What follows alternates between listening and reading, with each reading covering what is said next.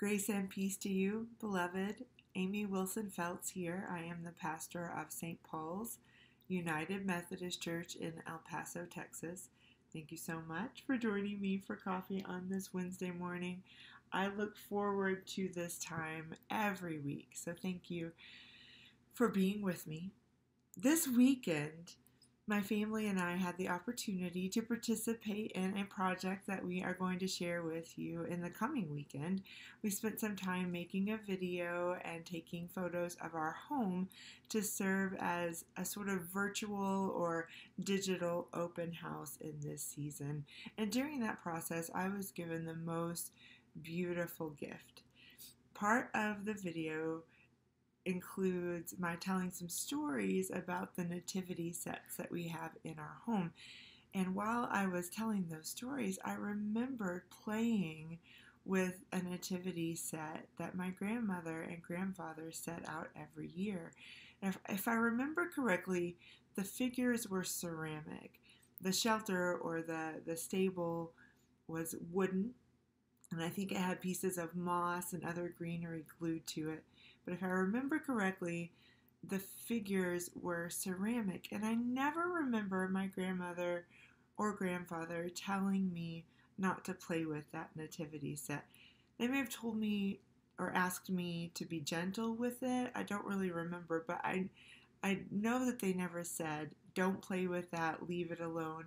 And in allowing me to play with that nativity set, they made the story of Christmas so accessible to me. And I forgot that detail until this weekend when I was talking about how my children also like to play with the nativity sets. And we do ask them to be gentle. Some of them are breakable and some of them are from around the world.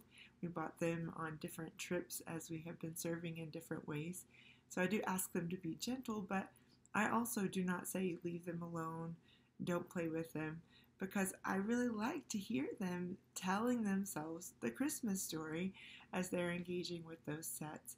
And I did not realize that that tradition of sorts came to me from my grandparents. What a beautiful memory that was for me. And it encouraged me to think more deeply about the connections that we share, because it's really easy right now to focus on the points of connection that we're losing or missing in this season. Jason and I had planned to spend Christmas Day evening and a couple of days after that in Iowa with our part of the family there, and we canceled those plans, and we canceled Airbnb reservations, and we put airline tickets on hold. And so we're feeling that like so many of you are as well. But that memory of my grandparents and in their home at Christmastime with the nativity set reminded me that we are connected in so many important ways. And it actually brought a psalm to my mind. So I want to read part of Psalm 145 with you this morning. And this is Psalm 145, beginning in verse 4. One generation shall laud your works to another and shall declare your mighty acts. On the glorious splendor of your majesty and on your wondrous works I will meditate. The might of your awesome deeds shall be proclaimed, and I will declare your greatness. They shall celebrate the fame of your abundant goodness and shall sing aloud of your righteousness. Again, verse 4, one generation shall laud your works to another and shall declare your mighty acts.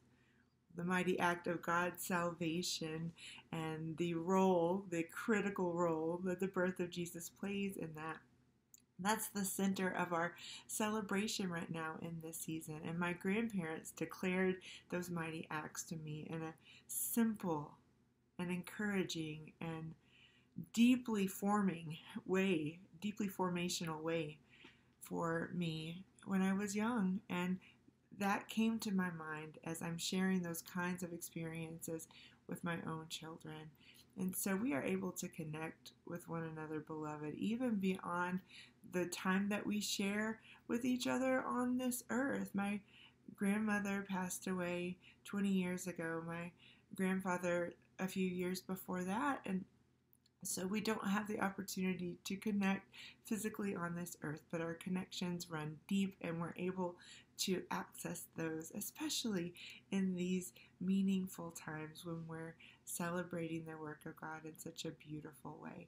So I hope that that is encouraging for you this morning. I hope that in the midst of your processing the things that you're missing this season, and in the midst of your very appropriate grief, that you'll also take time to see how we can remain connected and see the gifts that we can give one another simply by encouraging each other to experience the faithfulness of God in real and intangible ways. And I hope that you will take some time to view the open house video or take a look at the photos that we're going to be offering on Saturday the 19th. I hope that they will bring you some joy and encourage us to connect in some fun and creative ways in this season. Grace and peace to you. I hope you have a wonderful rest of the week, and I look forward to being with you here again next week for coffee with Pastor Amy.